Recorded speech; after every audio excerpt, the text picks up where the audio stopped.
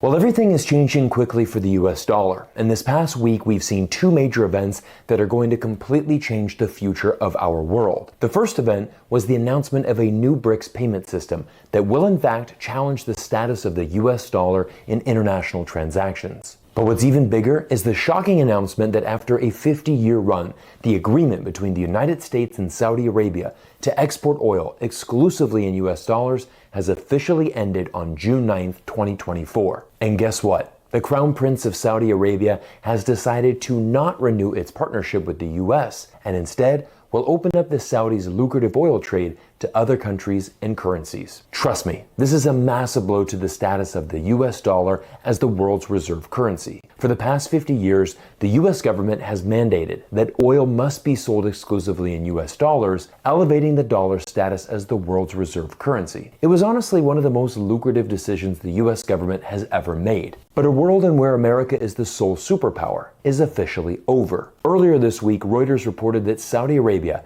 has now joined a China-led central bank digital currency project in what could be another step towards less of the world's oil trade being done in US dollars. Last week, US Congressman Thomas Macy made an appearance on Tucker Carlson's podcast and gave one of the most authentic breakdowns of what's happening with the US dollar. Trust me, there are very few politicians in Washington who are actually worth listening to, but Congressman Macy doesn't sugarcoat what is really happening. And we can do that as long as they use our currency, but I think it's going to end at some point. They're going to quit using our dollars as reserve currency. I mean, I watched your interview with Putin. One of the things he said that is true is when we sanctioned him, before we sanctioned Russia, 70% of their transactions were in US dollars. And after the sanctions, it's less than 20% of their transactions are in US dollars. Ironically, every time the US government introduces a new economic sanction, it moves the world one step closer to de-dollarization. To be honest, the exact same thing is happening with the US government's microchip battle against China.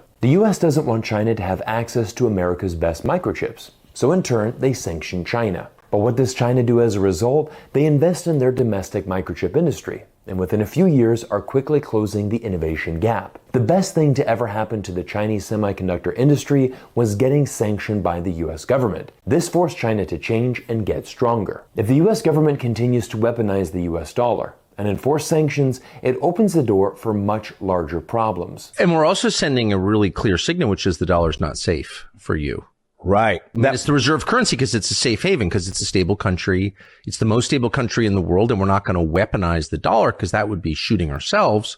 But suddenly we are. Of course, we can see this unfolding in real time as well. Earlier this week, Joe Biden and French President Macron reached an agreement to use the profits of frozen Russian assets to send additional funding to Ukraine. This is a dangerous move from the US and French governments because it not only violates international law, but it exposes how much at odds Western leaders are with their populations on Ukraine. Last week, the Institute of Global Affairs published this groundbreaking study which reveals 94% of Americans and 88% of Western Europeans believe that NATO member countries should push for a negotiated settlement for the war in Ukraine. Literally 9 out of 10 citizens in both Western Europe and the US want this war in Ukraine to end. But our democratically elected officials, who are supposed to represent the people they serve, have other plans. Once again, this strategy will be a disaster for Western governments over the long term. But one of the things we recently did in Congress, we passed something called the Repo Act, where we said we're just going to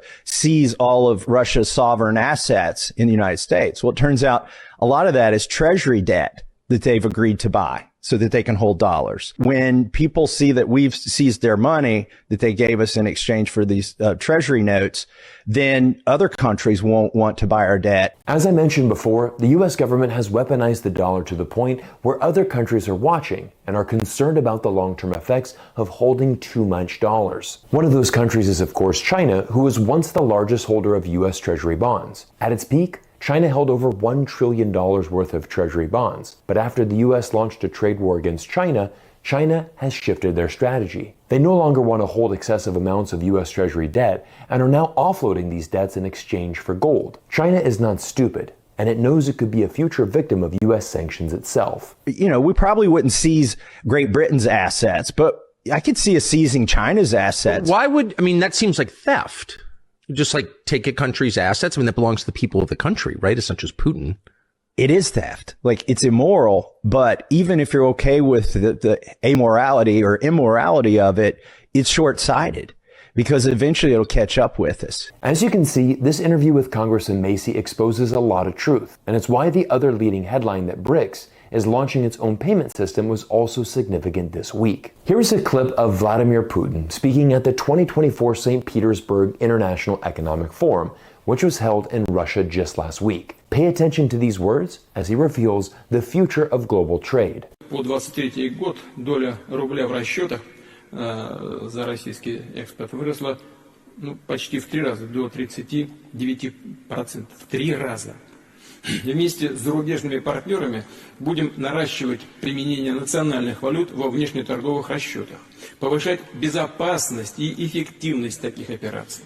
В том числе по линии БРИКС прорабатывается формирование независимой платежной системы, не подверженной политическому давлению, злоупотреблениями и внешнему санкционному вмешательству. Now, if you listen exclusively to Western media, you probably will believe that Russia has been cut off from the outside world and that their economy is finished. But over 17,000 participants from over 130 countries attended this economic forum in Russia, as Putin laid out the future of the BRICS plan for global trade. Remarkably, just a few days after this economic summit, Russia held another meeting, which brought together the foreign ministers of each BRICS nation to outline the future goals of the organization. In total, there were 54 points addressed during this meeting, and I've read the entire report, so you don't have to.